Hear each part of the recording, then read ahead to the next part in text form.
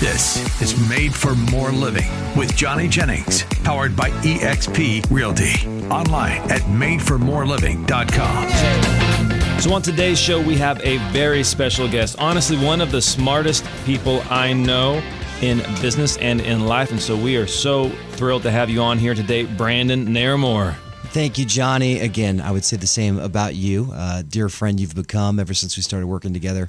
Huge honor to be here. Well, thank you. You'd be saying it, but you'd be lying. Not true. So how I met Brandon, because people are always curious, because I smoke cigars, and they're like, why do you do it? And this is, honestly, you are probably the best example of why I smoke cigars.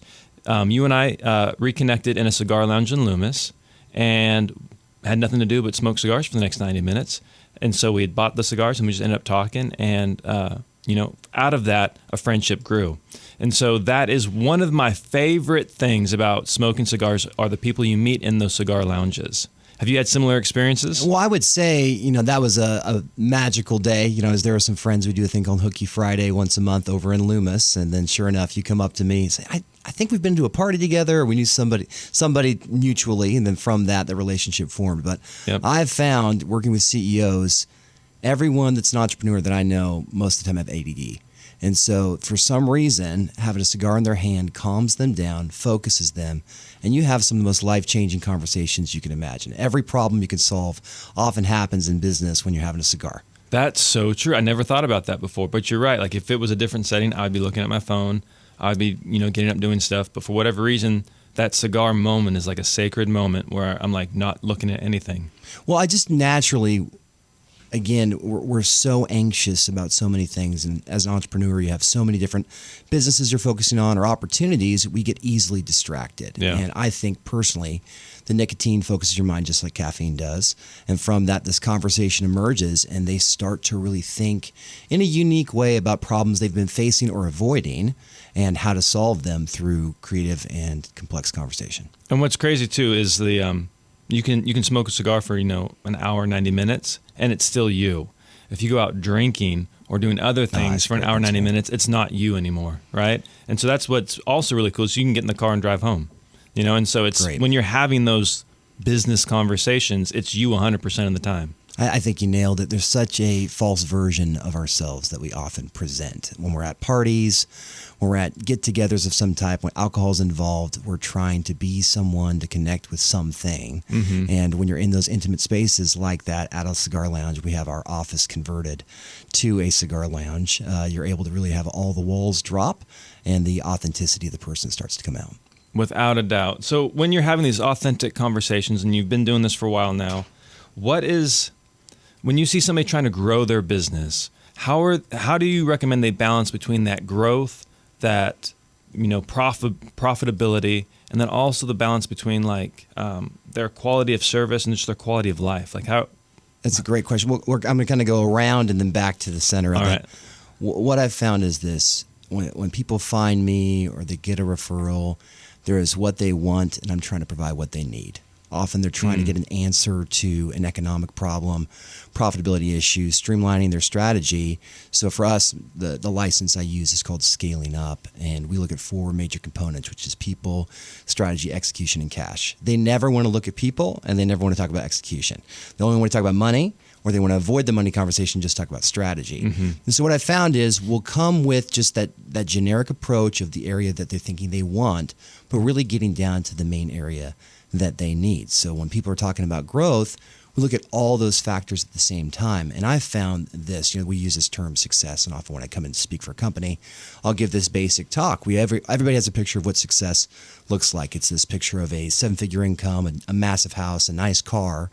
But the reality is when we achieve that dream, we continue to shift what that definition of success is once we achieve it, because people really aren't after just achievement, they're after fulfillment. Yep. So when we really try to find the true need of what that person is, it often comes down to the things they've been avoiding or they feel insecure about. And most of the time, it's relational dynamics with their team that we're addressing 9 times out of 10. Yeah. That's the inhibitor of growth. So it's people is the biggest inhibitor? Every time. So a few years ago, I was at a business conference. They said, what's the one thing that you do better than anybody else?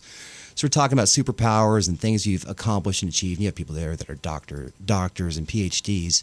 As I started to add up my life and what I did uniquely, ever since I was 19, I've been working with people solving their problems. I started as a youth advocate for troubled teens. So I'm now 41. Between 19 and 41, I've had over 10,000 one-on-one meetings with people. So for me, my expertise is reading people and identifying the issues that they're confronting. And every time it's a people problem. So I'll walk in, I'm doing the assessments. And everybody, when I'm starting to work with employees, personally, we'll do a basic general assessment with the CEO, with their team. When we start to work through it, all these employees come with their task lists, their to-do lists, and I'm trying to find what they've been avoiding. Often it's the real work. In modern day, we love to look busy, but there's really no substance to our busyness. Yes. And so when somebody, how do you handle the people equation? Because I've heard of traction, EOS. Yeah, all those things are great. Stuff. Yeah, so EOS, scaling up, lots of different systems. A lot of them really come down from this book called The Great Game of Business by Jack Stack. You have all these evolved models that have come. There's just the basic 4 tenets, which again is that people, strategy, execution, and cash. So when you're starting to assess people, you're working through, I'm trying to find the underlying story. And most of the time when an entrepreneur comes, and they have this idea for this business, they gather anybody they can that's breathing, that's alive, that has energy, and you're doing this giant collection, just like you're pioneering a city. But you reach these choke points or stuck points where the company growth will be faster and greater in the complexity of the problems and will outgrow the competency of that individual.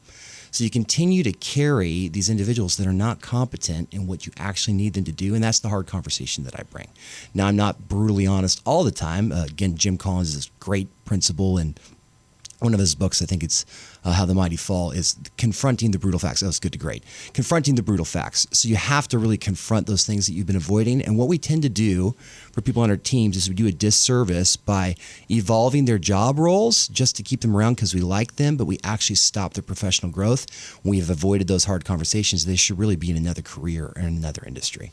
So if you hired your mother-in-law as your bookkeeper originally, right? I can't tell you how many times that's the case. Are you serious? I just made that up. That one. This is how it goes. Husband and wife, the husband starts the business, or the wife starts the business, they hire their spouse, and then somebody's parent is always a bookkeeper. I guarantee it. And the books are often the problem. So the other 3 core tenets of business, which are sales, operations, and finance.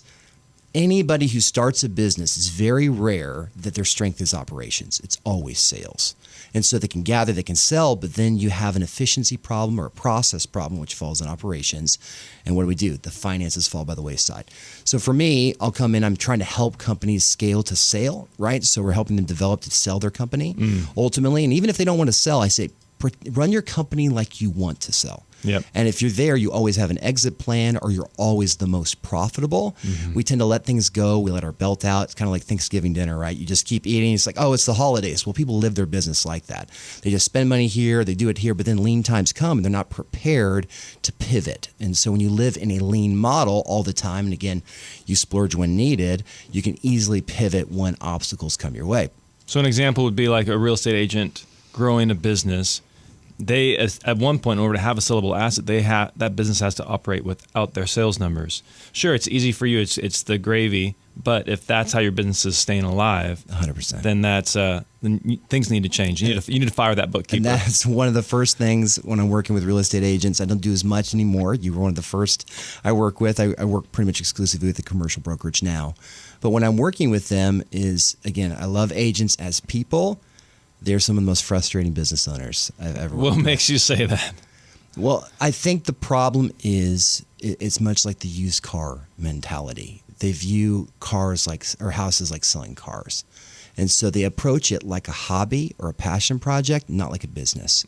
So whenever you're coming into a business, we do something called the functional accountability chart. What are the major functions of your business? Sales is going to be one of those. But they forget all the other aspects. There's this finance, marketing, process, operations, all those, et cetera. And so we say, which one are you going to fire yourself at first? And real estate agents are the worst at firing themselves. They think they can do everything because they keep thinking, if I save this, I save this, save this. So one mentor told me, we step over dollars to pick up a dime. And so they're constantly avoiding the hard thing. And the other reality is critical disciplines. They could be some of the most undisciplined people I've come around. No. Where they're constantly missing meetings, or they're forgetting this, or double booking because they think they can be all things to all people. Yeah. And they're not able to laser focus. Why I've loved working with you, and why I've continued to work with you, is you're one of the most disciplined people I've ever met. Just genuinely. You have hyper focus in a good way, not an obsessive way, but you have a determined goal. Part of it, though, that we try to work on with guys like yourself, we can let into your sessions a little bit, is that optimism of entrepreneurs that I've noticed is contagious. Is guys like you and I, we're very linear in our goal setting. Yep. So we can say, okay, I'm at this, gross revenue. I want to be to this gross revenue in a year. And we make these incremental steps. But what happens is we think we can become superhuman. And instead of eliminating things from our plate, start to add things to our plate, and it slows us down. Just think about somebody going on a hike up a mountain, climbing Half Dome, for instance, in Yosemite. You don't keep adding things to your backpack to get to that summit. You often have to let things off. It's the same thing for your business. And I've found the most successful entrepreneurs I work with are often these, we call them expressive organic. They're these true creatives. They say, hey, we're at 2 million this year. Next year, we're going to hit 15. And I think there's no way possible. And it's that resilient, eternal optimist that they live in that they hit it. I have one guy literally last year, we hit 2 million gross revenue. So what are our goals? I'm thinking, okay, let's target 4 for this next year. And he said, we're going to hit 10 million. Right now, they're at 10 million. It's like the end of Q3. They'll probably hit 13 or 12 million by the end of Q4. Wow. And so we have had some interesting conversations about that optimism, but circle back to real estate agents really quick. There's a phrase that I have just been refocusing on, and it is the bill always comes due. The bill always comes due, whether it's in marriage, whether it's in health, and whether it's in business. So you're stepping over dollars to pick up dimes. Well, that bill is eventually going to come due. Yeah. You're going to be a burned up, broke, 70-year-old real estate agent, or maybe you pay that bill. And here's the thing, too. The longer that it takes to pay the bill, the more interest there is on it. So the longer 100%. It takes for you to make those corrections in your business, the heavier that bill is at the. So what I've noticed in particular with that bill coming due is, again, we're a caffeinated society. We opened up talking about cigars and nicotine, caffeine, etc. But we need stimulants, and I think the true addiction that we have in our modern culture is anxiety. And what happens is, again, most of the time when I'm working with people, I just did a conference in Vegas. What are the things you're avoiding? We're so used to the adrenaline of anxiety that we avoid the problems we know we need to confront, or the business issues that we let pile up. They always say this, I do really well working at the 11th hour. I do really well working when there's only a few, the deadline's near. What we're doing is we're tapping into the fuel of anxiety. And the reality is that's a bad fuel. It's an expensive fuel. It's a cheap fuel. Ultimately, it burns too quick. And really, the fuels we need to run from are attention to detail, which we absolutely hate, and then having that ambitious action, right? The action where we're not delaying things, we're tapping into the fuel of active action all the time. Tony Robbins calls it massive action. So from that's really where I think we can have true success with real estate agents in particular, is helping them detox from the addiction of anxiety. Interesting. Detox from anxiety. I don't know, it's giving me shakes just thinking about it. There you go. But so back to that optimism thing, though. So if we're detaching from the anxiety and we're leaning into that eternal optimism, how for example, that company that did 2 million and is now maybe going to do 12 or 13, how did optimism play? Like what role did optimism play in that? These business owners have insatiable belief. They just do. They tap in. I don't want to get too woo-woo on this. It'll be a longer conversation. I have a very extensive faith background. But I've noticed a lot of these guys say either God or the universe just brings these people into my life. And as they confront fears in their own heart, all of a sudden, these things show up. So for instance, I got to be careful because these people live in our city. But I have this one particular client, incredibly successful. He is one of those that has a new business idea every day. So I met him originally. I'd heard somebody had bought a safari camp in Africa at the gym we were at. I thought, what guy's lying, and who buys a camp in Africa? I've done work in Africa. It's incredibly difficult to work any type of business remotely. Sure enough, I meet him. He ends up becoming one of my clients. This is the guy where he says something and it happens. So he comes back from Africa this last summer and he has a million ideas and 5 other businesses he wants to do. And we're whiteboarding. He says, what we're going to do is we're going to start a safari camp. I said, well, we already have a camp. He's like, no, a travel company. We're going to start a safari travel company. He starts showing me numbers. I'm like, these numbers are insane. I'm like, how are we going to solve these? He's like, it just so happens that we have a guy on our team who used to run these camps and used to run these safaris. And he's going through and he's honest. I've worked with him now long enough to know that he's not making stories up. It's like, what we need is the top salesman for safari ventures and travel. I said, how are you going to find this person? He's like, we're just going to find it. We literally write it down. 2 weeks later, he says, you won't believe who I met. I said, who? He's like, well, I'm in the American Express lounge over in Tennessee, and these ladies walk up to us as they're waiting for their flight. We start talking to them. Turns out they run a safari travel company, and they're the top bookers for all of the world for these luxury different ventures and hotels, and now we're working with them on booking this safari travel company. I just could not even believe it. Wow. So he had the vision, he had the goal, and then he bumped into them at an airport. Literally. Every time. That type of optimistic magnetism, it just blows my mind every moment. Here's the thing, though, that I'm taking away from this, and hopefully the people listening to this are as well, is they're tapping into, so for example, I like to play the lottery. Every now and then I like to go buy a lotto ticket, and I just dream, what would I do if I won the lottery, right? Yeah.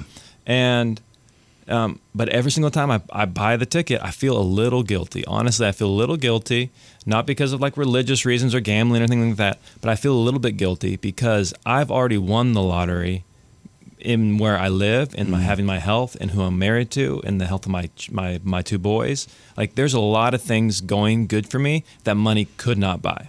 And so I feel a little guilty in winning the lottery. And so when I'm hearing that optimism, when I'm hearing you talk about the Amex Lounge and randomly bumping into people, I'm hoping agents or people listening to this are thinking, rather than, oh, that never happens to me or that's not true, think about the times that it did happen to you. Love that. So again, confronting those limiting beliefs. Yep. So as I'm doing conferences, we have a mastermind in Scottsdale here in November. A big portion of that is confronting these limited beliefs, or I say the stories we've told ourselves all these years. I've found with these entrepreneurs and these optimists is they've confronted these limiting stories and they're believing a better one. So here's the actionable takeaway for this is you have to have a vivid vision. One of my mentors told me it's a vision that's so clear that you think about, you can picture it, you can taste it, and then start writing down what you need. Most of the time we never write down what we actually need because we say that's impossible. I'll never have that. Already telling ourselves the stories of limitations. Yep. Right? So for us, one of the first steps is you are the sum total of your 5 closest friends. Yeah. Surrounding yourself with people that have the same type of inspiration and belief. I love the story of Thomas Edison. Whether I know it's true or not, I choose to believe this one. And my dad would tell me this when I was young. His mom one day is working with him. Thomas comes home, and the teacher gave him a letter, hands it to his mom. The mom reads it and says, son, you're so smart that the teacher said you no longer can be taught at school. I'm going to teach you. So she raises this genius that we now know is the inventor of the light bulb. Well, supposedly when she died, he was gathering her things and in a desk drawer found that letter. And it was a letter from the teacher stating that your son is stupid, he's distracted, and he's not fit for the classroom. Oh my gosh. So think about this. Whether it's true or not, I don't care. I want to believe that it's true. The principle's true. So the influences we surround ourselves often determine our success. And this actually was proven in this test where we had teachers, they took these IQ tests and they handed them out to all the students. They brought them back. They then told the teachers who the gifted kids were. What the teachers didn't know is that they actually weren't gifted at all. It was the ones with lower scores and some with the mediocre scores. They found out just the attention of the teachers during that semester brought their grade point and IQ test up significant amounts. Because they were treating them like they were smart. They were treating them like they were successful, like they were special. Those you surround yourself with really determine your success in a lot of different ways. I don't know how we got off on that tangent, that being said. No, I love it. I think it was a good one. I love it. And so when we come back, we're going to talk about more tips and tricks and hacks on how to grow your real estate business and scale. Mike, it feels so good when you get over-the-top great service. Oh, yeah, for sure. You just want to become a repeat customer for life. For instance, Betty, she worked with our good friend Johnny Jennings and his team at Made for More Realty to sell her home. They did such an amazing job that when it came to sell her mother's home in Roseville, she couldn't think of anyone else to work with. But of course, Johnny Jennings and the Tom Daves team at Made for More Realty. They found the perfect buyer for their mom's home and negotiated a quick as-is sale. And if you want to sell your home but not go through that whole process of showing it and open houses and all of that stuff, you could get at least 3 cash offers when you call Johnny Jennings and Made for More Realty. And you're going to experience that same great customer service because they have a full staff dedicated to making sure that your home selling process is the easiest and most efficient it could be, which is why they have almost 800 5-star Google reviews, and they've been voted the #1 team in Roseville for the last 3 years. Expect more, get more with Johnny Jennings and the Tom Daves team at Made for More Realty. Just Google Made for More Realty today and get more for your home. License number 198-2171.